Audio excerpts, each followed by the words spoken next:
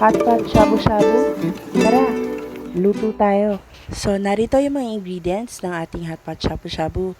Basically, ito yung mga ingredients. Pero pwede rin tayo maglagay ng inyong choice of meat, mga meat slices.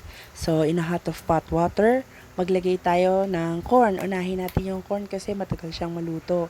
Sunod na natin yung pork broth. Ang ginamit ko dito yung instant pork broth ng Likamki para readily available na siya. Hindi na ako mahirapan magpakulo ng mga buto-buto.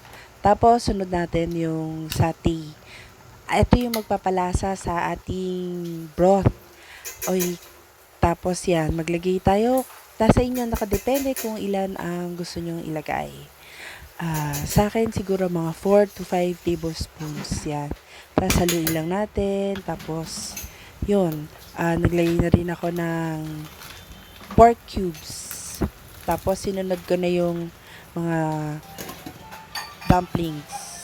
Tapos yun, hintayin lang natin siya kumulo. Tapos pag kumulo na, sunod na natin yung ating vermicelli noodles or sotanghon. Tapos yung ating vegetables. Ang ginamit ko dito is bok choy.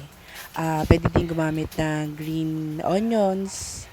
Tapos, iba pang gulay. Pechay, bagyo pechay, cabbage. Pero ako, yan na yun. Gusto ko yan. Favorite ko yan. Tapos, yan, kumulo na. Sunod na nating ilagay yung aking shiitake mushrooms. Tapos, naglagay na rin ako ng pugo kasi yun, favorite namin yung pugo. Tsaka, madami kaming pugo dito sa bahay. Tapos yun,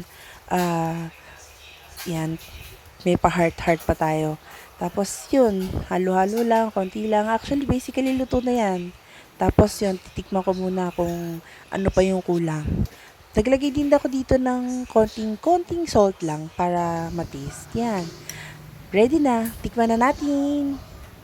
Salamat po sa panonood. At kung nagustuhan mo ang recipe natin for today, please like, share, and follow.